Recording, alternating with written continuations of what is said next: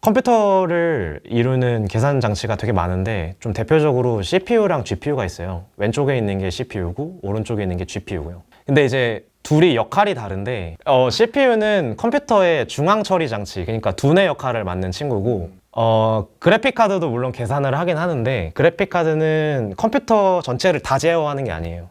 원래는 어떤 게임이나 이런 걸 돌릴 때 모니터에 그래픽을 계산해서 뿌려주기 위해서 만든 거거든요. 그러니까 전문가예요. 그러니까 그래픽의 전문가인데 원래는 그래픽 계산만 하려고 만든 거죠. 의도는. 이런 비유를 좀 해볼 수 있어요. 그러니까 제가 코어 개수를 써놨잖아요. 코어 개수를 써놨는데 CPU는 지금 인텔 i9 저 아키텍처가 코어가 24개잖아요. 근데 엔비디아 H100은 16,000개잖아요. 둘이 뭔가 이유가 있으니까 이렇게 해놓은 거겠죠. 근데 이게 뭐냐면, 그러니까 많이들 비유를 하는 게 CPU의 코어는 수학 교수님이다. 그래서 수가 적다. 이렇게 생각을 하시면 되고, 그래픽카드의 코어는 초등학생이다. 그 다음에 초등학생 100명이랑 수학 교수님 한 명한테 수학 문제 100개를 풀라고 해요. 그럼 누가 더 빨리 풀까? 초등학생 100명이 훨씬 빨리 풀어요. 산수 문제는. 산수 문제로 네. 했을 때. 어려운 문제는 못 풀죠. 어려운 뭐 대학 수학 이런 건 못 푸는데 산수 문제 100개를 교수님 한 분이랑 초등학생 100명한테 던져줬을 때 초등학생 100명이 더 빨리 풀더라. 그렇게 생각하시면 됩니다. 그래픽카드는 그래서 코어가 많은 거예요. 간단한 산수 문제를 병렬적으로 빨리 풀기 위해서.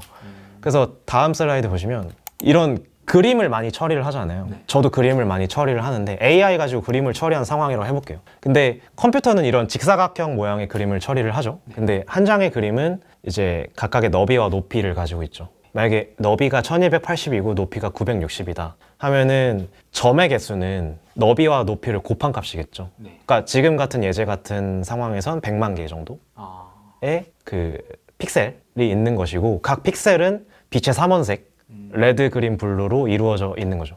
그러면 여기서 들어가는 숫자의 개수는 대략 한 360만 개 정도 되겠죠. 굉장히 많죠. 그래픽카드는 이런 굉장히 많은 애들을 모니터에 뿌려주기 위해서 존재를 하는데 좀 구체적으로 뜯어보면은 그림상에서 한 개의 점을 이루기 위해서 3개의 픽셀 값이 필요하다고 말씀을 드렸어요.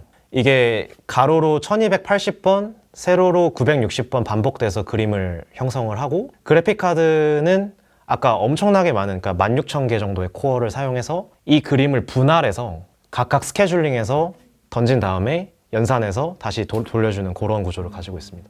고등학교 때 행렬 혹시 배우셨나요? 네, 저도 배웠던 교육과정이었는데 그 행렬이 2차원이잖아요.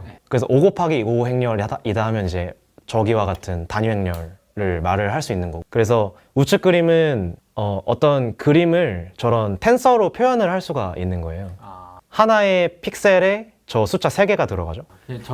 저 행렬 자체가 컴퓨터가 보는 그림이라고 볼 수 그렇죠. 있네요. 저런 뭉텅이가 들어가는 거예요. 저런 뭉텅이를 GPU가 가지고 있는 몇만 개의 코어가 있잖아요. 이거를 이렇게 그림을 자를 수 있잖아요.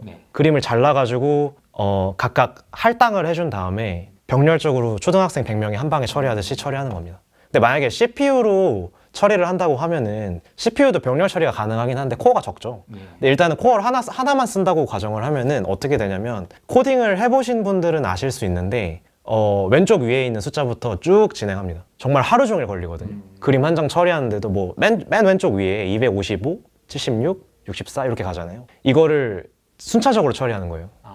그러니까 너무 오래 걸리는 거죠. 그래서 그래픽 카드가 존재를 하는 그림의 겁니다. 선명도가 높아질수록 더 오래 많이 걸려. 해상도가 커지면 커질수록 속도가 느려져요.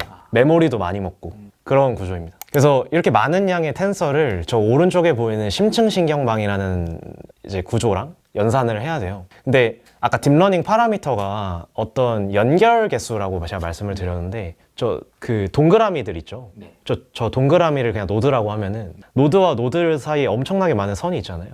저거 하나하나가 다 파라미터인 거죠. 저 파라미터의 개수가 GPT-3는 1750억 개 이렇게 되는 거고요. 그 다음에 일단 왼쪽도 숫자가 300만 개잖아요. 오른쪽은 적게는 몇만 개, 많게는 몇십억, 몇백억, 몇천억 개가 되는 거죠. 근데 이제 이런 거를 빠르게 처리를 해야 되잖아요. 저희가 이런 거 응답을 기다리는데 하루 종일 쓸 수가 없으니까 그래서 네트워크도 텐서로 보고 텐서 모양으로 바꿔서 처리를 하죠. 그래픽 카드로.